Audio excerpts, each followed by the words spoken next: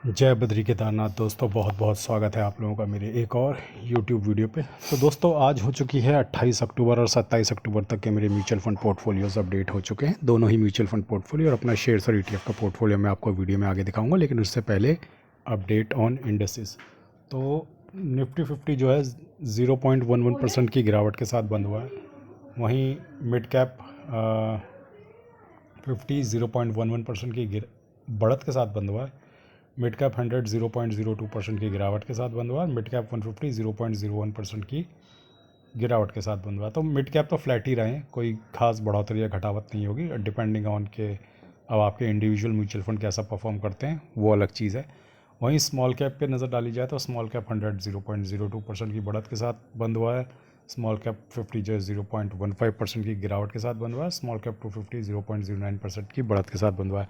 तो देखा जाए तो मार्केट बड़ी फ्लैट सी रही है, चाहे निफ्टी है, चाहे स्मॉल कैप है, चाहे मिड कैप है।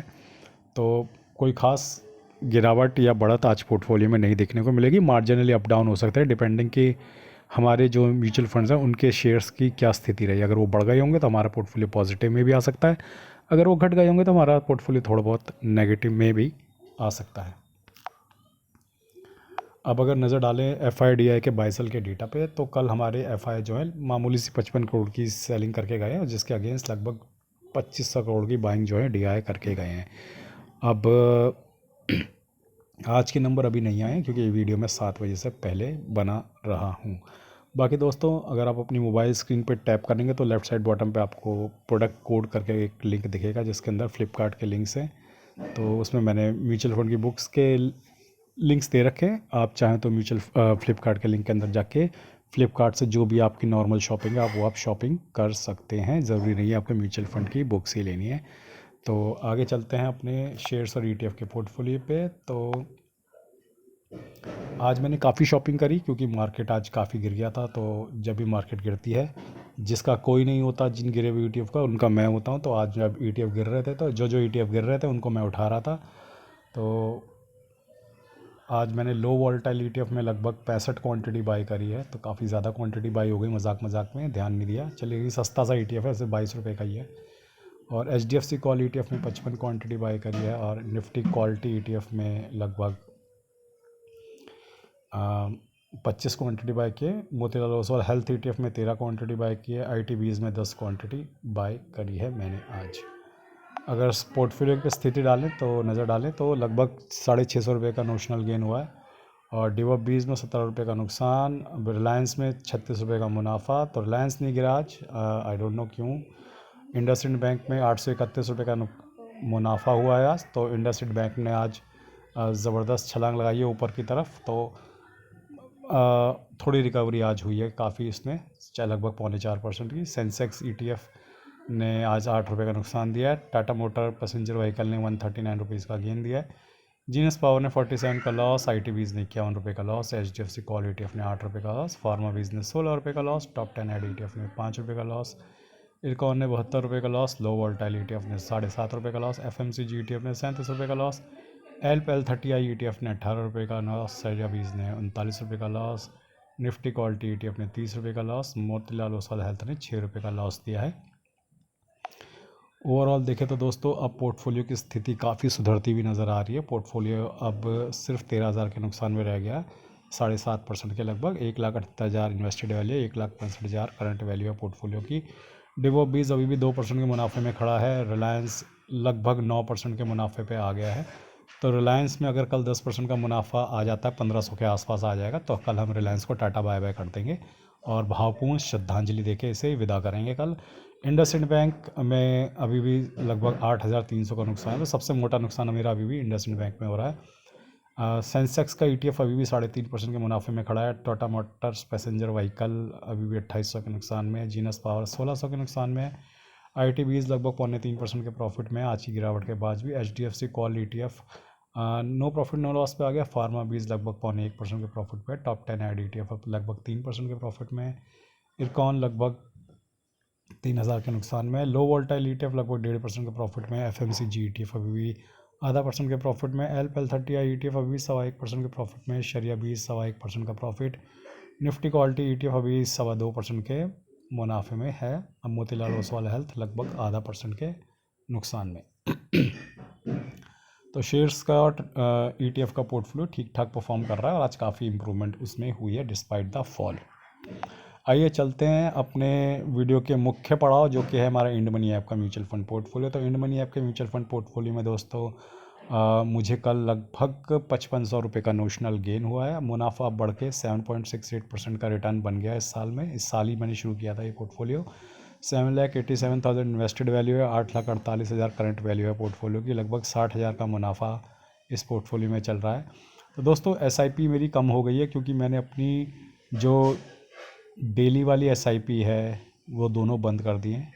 मेरी ICICI लार्ज कैप की भी और निपॉन लार्ज कैप की भी, और पराग पारिक फ्लेक्सी कैप जिससे मेरी वीकली SIP चलती थी वो भी मैंने बंद कर दिया है। याद रखना कि ये मेरी एडिशनल SIP है। जो मेरी नॉर्मल SIP है इन तीनों ही फंड्स में वो चलती रहेगी। एडिशनल SIP मैंने बंद करी है। तो अब आप देखोगे क्योंकि इस महीने तो कट चुकी है तो अभी आप 74 देख रहे हो, पर मेरे हिसाब से अगले महीने से लगभग में 50,000 के आसपास मेरी SIP कन्वर्ट हो जाएगी क्योंकि मेरे पास जो एक्स्ट्रा पैसा था वो अब ख़त्म हो चुका है और अब मैं अपनी नॉर्मल SIP मंथली 50,000 पे शिफ्ट हो चुका हूँ। इम्पैक्ट आपको जैसे ही महीना चेंज होगा तो दिखने लगेगा यहाँ पे। बाकी पराग पारिक ने कल मुझे लगभग 939 रुपीज़ का नोशनल गेन दिया है, लगभग 7.25% के मुनाफे में। निपॉन लार्ज कैप ने 738 रुपये का गेन दिया, लगभग 7.25% के मुनाफे में। ICICI लार्ज कैप ने लगभग 1,000 का गेन दिया, लगभग 7.5% के मुनाफे में। कोटक मिड कैप ने 221 रुपये का गेन दिया, लगभग 10.25% के मुनाफे में। एडलवेस स्मॉल कैप ने 181 रुपीज़ का गेन दिया, लगभग 7.25% के मुनाफे में। Bank of India small cap ने 153 रुपीज़ का गेन दिया है, लगभग 6.25% के मुनाफे में। Invesco India large and mid ने 153 रुपीज़ का गेन दिया है, लगभग 11.25% के मुनाफे में। मोतीलाल मिड कैप ने ज़बरदस्त छलांग लगाई है कल, तो 17 शेयर के साथ ही भाई फुल जुआ खेल रहा है मोतीलाल ओसवाल मिड कैप। लेकिन भाई उस फंड मैनेजर को हमसे बेहतर जानकारी होगी, आई एम श्योर वो हमसे ज़्यादा जानता है वो 17 शेयर के साथ क्या कर रहा है। तो कल तो ज़बरदस्त मुनाफा है 1.31% का। अब पोर्टफोलियो में जो प्रॉफिट है मतलब म्यूचुअल फंड में वो 7.5% से ऊपर निकल गया है। HDFC मिड कैप ने 224 रुपये का गेन दिया कल, लगभग 10% के मुनाफे में।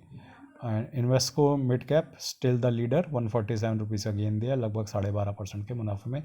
एडलवेज मिड कैप ने 210 रुपये का गेन दिया, लगभग 9.5% के मुनाफे में। निपॉन मिड कैप ने कल 123 रुपये का गेन दिया, लगभग 9.25% के मुनाफे में। HSBC स्मॉल कैप ने 189 रुपीज़ का गेन दिया, लगभग 6% के मुनाफे में। बंधन लार्ज एंड मिड ने 163 रुपीज़ का गेन दिया है और लगभग 9.25% के मुनाफे में। कोटक स्मॉल कैप ने 106 रुपये का गेन दिया है, लगभग 5% के मुनाफे में।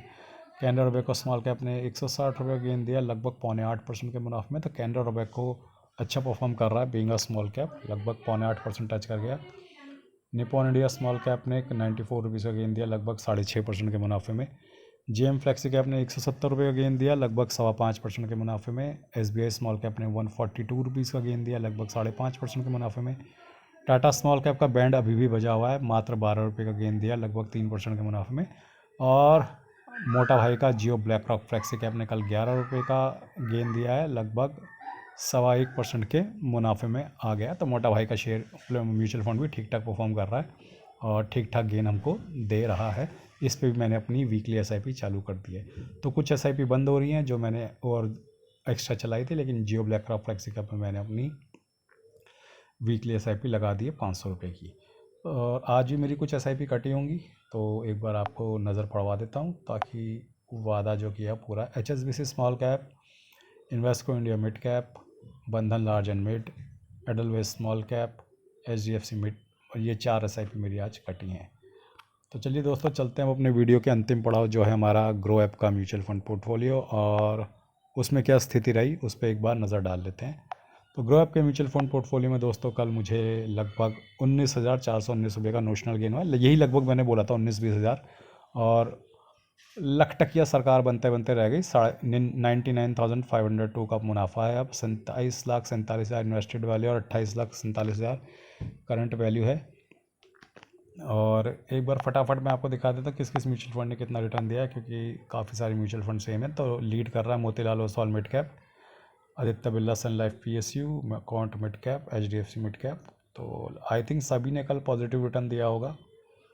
तो एक बार आपकी नज़र पड़वा देता हूँ ताकि आप ये ना कहें कि आपने इस वाले पोर्टफोलियो के म्यूचुअल फंड नहीं दिखाए। और डिफेंस की कल आई हुई थी थोड़े, तो वो नीचे डाउन थे। तो दोस्तों ये तो थी स्थिति मेरे ग्रो ऐप के म्यूचुअल फंड पोर्टफोलियो की, और आज मामूली सी गिरावट के साथ बंद हुआ है। तो अब मंथली एक्सपायरी का जो बेताल था वो भी हमारे सर से उतर गया है। अब फ्रेश मंथ शुरू हो रहा है, और आज रात का डेटा, आज तो डेटा नहीं बन पाएगा ज़्यादा क्योंकि आज मंथली एक्सपायरी है। अगर वो पोजीशंस क्लोज नहीं करी होंगी उन्होंने तो अदरवाइज़ तो खाली खाली सा दिखेगा, और जो पुरानी लॉन्ग हैं वो अगर वो खड़ी रही तो भी पता चलेगा। तो मोस्ट प्रोबेबली कल तक हमें इंडिकेशन मिल जाएगा एफआई के डेटा को देख के कि किस तरीके की पोजीशन वो बना रहे हैं। तो कल तक का इंतज़ार और करना पड़ेगा, क्योंकि एक्सपायरी कटी है मंथली, तो डेटा इतनी जल्दी बिल्डअप होता नहीं है। तो कल हमें क्लियर इंडिकेशन मिलेगा कि वो अगला महीना कहाँ देख रहे हैं, ऊपर देख रहे हैं, नीचे देख रहे हैं। अभी तक जो इंडिकेशन मिले हुए हैं कल तक, उसमें यही पता चल रहा है कि उन्होंने अपनी फ्यूचर की पोजीशन को, लॉन्ग पोजीशन को बढ़ाया है। इसका मतलब कि वो मार्केट को ऊपर की तरफ देख रहे हैं आने वाले महीनों में। तो लेट्स सी। आज के लिए बस इतना ही। धन्यवाद। Goodbye. जय बद्री केदार।